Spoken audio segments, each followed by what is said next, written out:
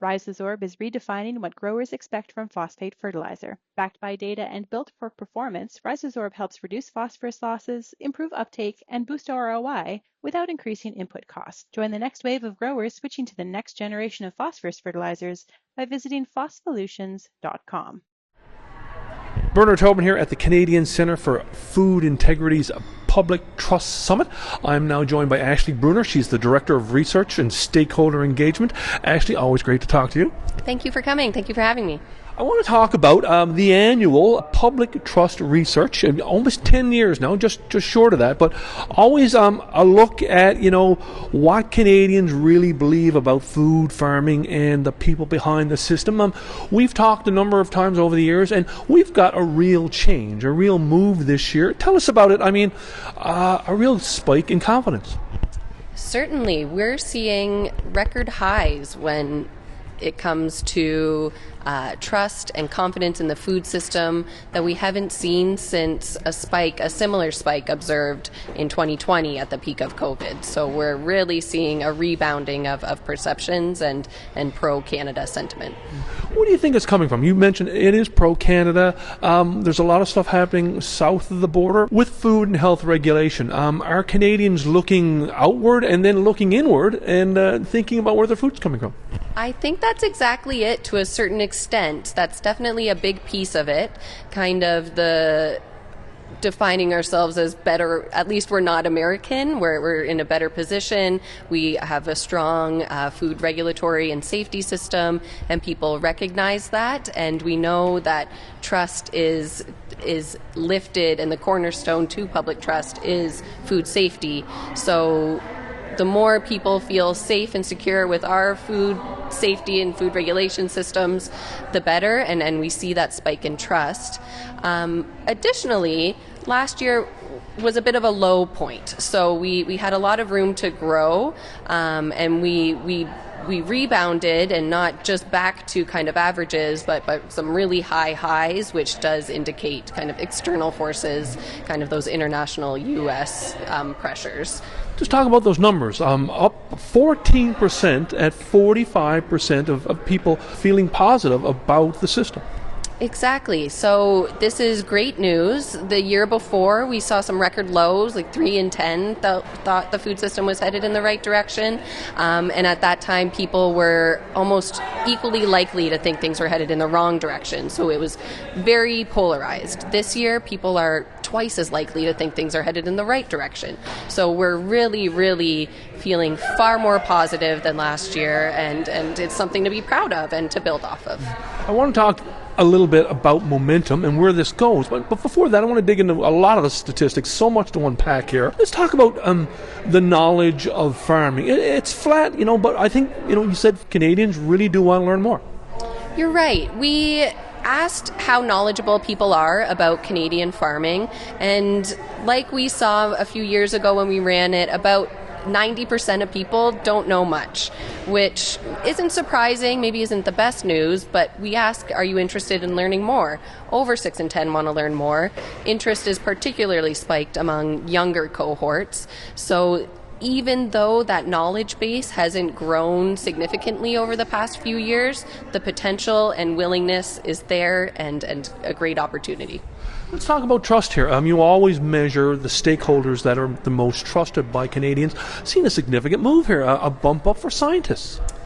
Yes, we have scientists reaching the top of the most trusted stakeholders in Canada's food system. It's not by much, a couple points above farmers, who are historically the most trusted group. But this is a bit of a surprise. Scientists have never been at the top. We're seeing some pretty anti-science rhetoric down south. So this was almost a surprise, but a reassuring good news that Canadians value facts, they value science, and of course, they value farmers, who are those credible messengers to carry the message. Want to hit a few more data points. You really do run the gamut across, the food landscape and the Canadian landscape. Tracking the concerns of consumers, still at the top of the list is the cost of food. Yes, cost of food remains at the top of what Canadians are most worried about in their day-to-day lives. That has been a universal truth in our research for the past 10 years almost. But with the tracking, we're able to kind of pay attention to the level of concern and what's happening there. So we're seeing a bit of a softening of concern in terms of cost of food. But other concerns are also softening aside from growing worry about political pressure and events of the world. So that's the really big shadow overcasting the top worries of Canadians. One thing I've watched for years, and that is, confidence in Canada's food inspection system. Always a challenge, always a lot of questions. You're seeing some strength there.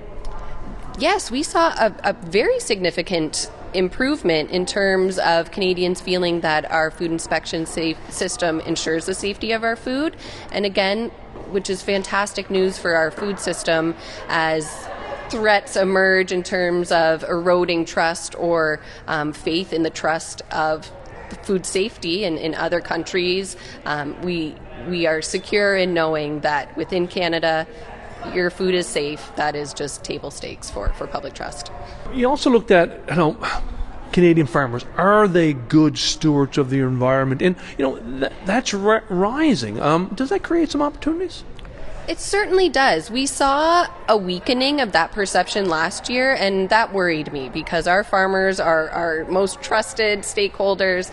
They're who people believe and want to connect with. So any movement last year, it was a bit worrying. So this rebounding is really a good sign in terms of health of public trust and connecting with farmers and trusting them to take care of the land that they're working on for us and future generations. You dig into a lot of aspects of consumers' perceptions and what they do and how they buy their food. Fact-checking, and fact-checking, claims so much food, misinformation out there. Your research shows that 58% of Canadians never fact-check confusing information. What do we take from that? I was happy people were honest, I think. That I was a little surprised that, yes, 58, but the majority of Canadians say they, never or only sometimes fact-check alarming and confusing information, and we use that language to see if maybe that would push them to double check a bit more.